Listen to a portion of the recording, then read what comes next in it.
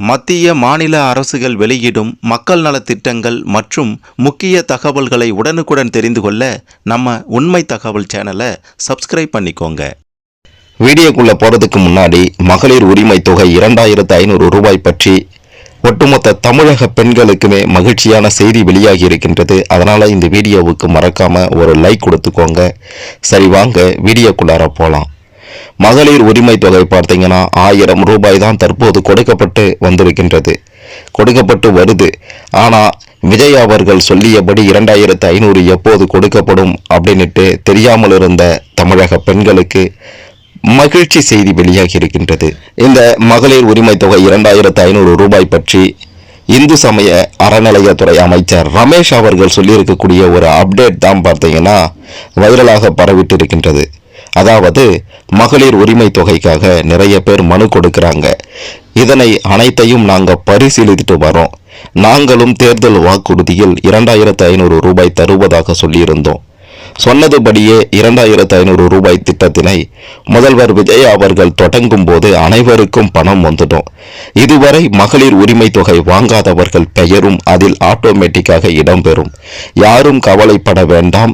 இதற்காக யாரும் தனித்தனியாக மனு கொடுக்க தேவையில்லை அப்படின்ற மாதிரி இந்து சமய அறநிலையத்துறை அமைச்சர் ரமேஷ் அவர்கள் சொல்லியிருக்கக்கூடிய தகவல் தான் பார்த்தீங்கன்னா தற்போது பெருமளவில் தமிழக பெண்களிடம் மகிழ்ச்சியை ஏற்படுத்தி இருக்கின்றது. என்ன காரணம் அப்படின்ட்டு பார்த்தீங்கன்னா 1000 ரூபாய் உரிமை தொகை தற்போது கொடுக்கப்பட்டு வருது.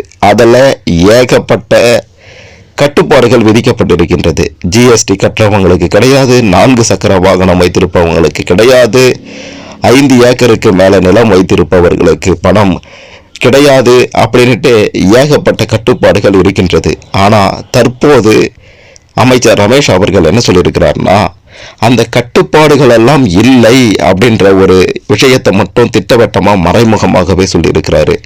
அதாவது விஜய் அவர்கள் எப்போது 2500 ரூபாய் பணம் போடுகிறாரோ அந்த சமயத்தில் அனைத்து பெண்களுக்கும் வந்துடும் அப்படின்ற மாதிரி தான் சொல்லியிருக்கிறாரு. அப்படின்னா என்ன அர்த்தம்னா குடும்ப அட்டை இருக்கக்கூடிய அனைத்து பெண்களுக்குமே பார்த்தீங்கன்னா இந்த 2500 ரூபாய் பணம் வந்துடும் அப்படின்றது தான் சொல்லியிருக்கிறாரு.